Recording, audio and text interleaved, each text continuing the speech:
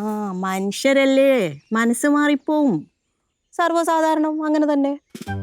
ആ പിന്നെ സ്നേഹം കിട്ടുമ്പോഴല്ലേ സ്നേഹം തിരിച്ചു കൊടുക്കാൻ പറ്റത്തുള്ളൂ. ആ അതൊക്കെ അത്ര തന്നെ. ആരതായാലും മനസ്സ് മാറും, അതങ്ങനെ തന്നെയാ. ഞാൻ പിന്നെ വിളിക്കേ.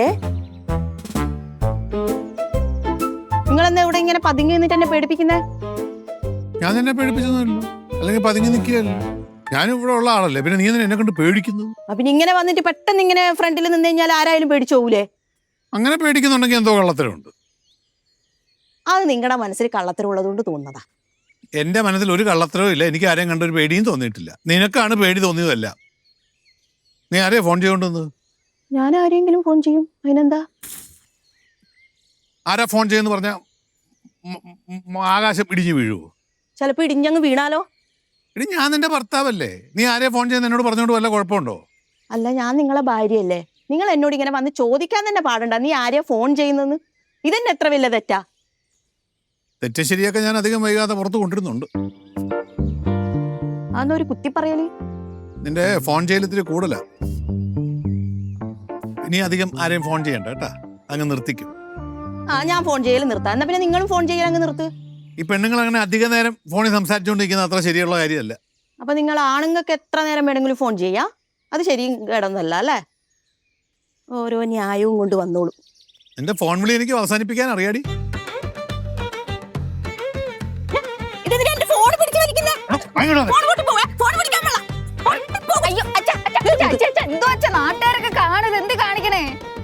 എന്തുവാടി കുറെ നേരം കുണുകുണുകുണുകുണാന്ന് സംസാരിച്ചോണ്ടിരിക്കുന്നു?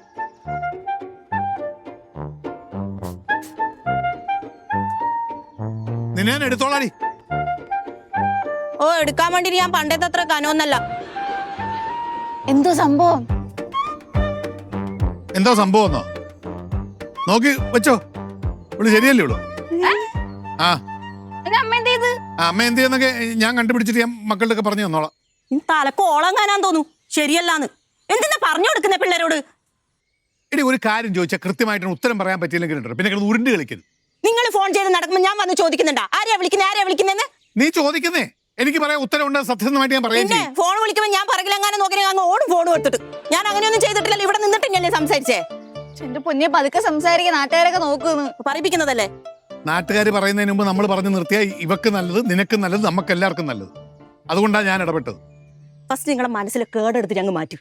അയ്യാ, ഈ 4 പിള്ളേരും കൂടെ ആയി കഴിഞ്ഞിട്ടില്ല എന്റെ മനസ്സിൽ കേടുണ്ടാവുന്നത്. പിന്നെ 4 പിള്ളേരായിട്ടില്ല നിങ്ങൾ എന്നോട് ഇപ്പൊ ഇത് ചോദിച്ചത് ആരെയാ വിളിക്കുന്നേന്ന്. ചില കേടുകളൊക്കെ കണ്ടാൽ ചിലർക്കൊക്കെ മനസ്സിലാവും. അത്ര മനസ്സിലാക്കിയാൽ മതി. പിള്ളേർ നിൽക്കുന്നു, അതുകൊണ്ട് ഞാൻ പറയുന്നില്ല കൂടുതൽ.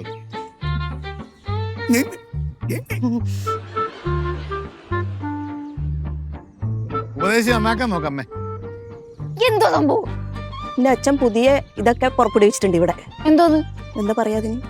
എന്ത് പാർലമെന്റിലെല്ലാം എന്തോ പറയില്ലേ, നിയമം. എന്ത് നിയമം? പെണ്ണുങ്ങളൊന്നും ഫോൺ ചെയ്യരുത് ആരെയൊന്നും. അതെന്ത് പറച്ചിലാണ്? അപ്പൊ ഇവിടെ ആണുങ്ങൾക്ക് മാത്രം ഫോൺ ചെയ്താൽ മതിയാ?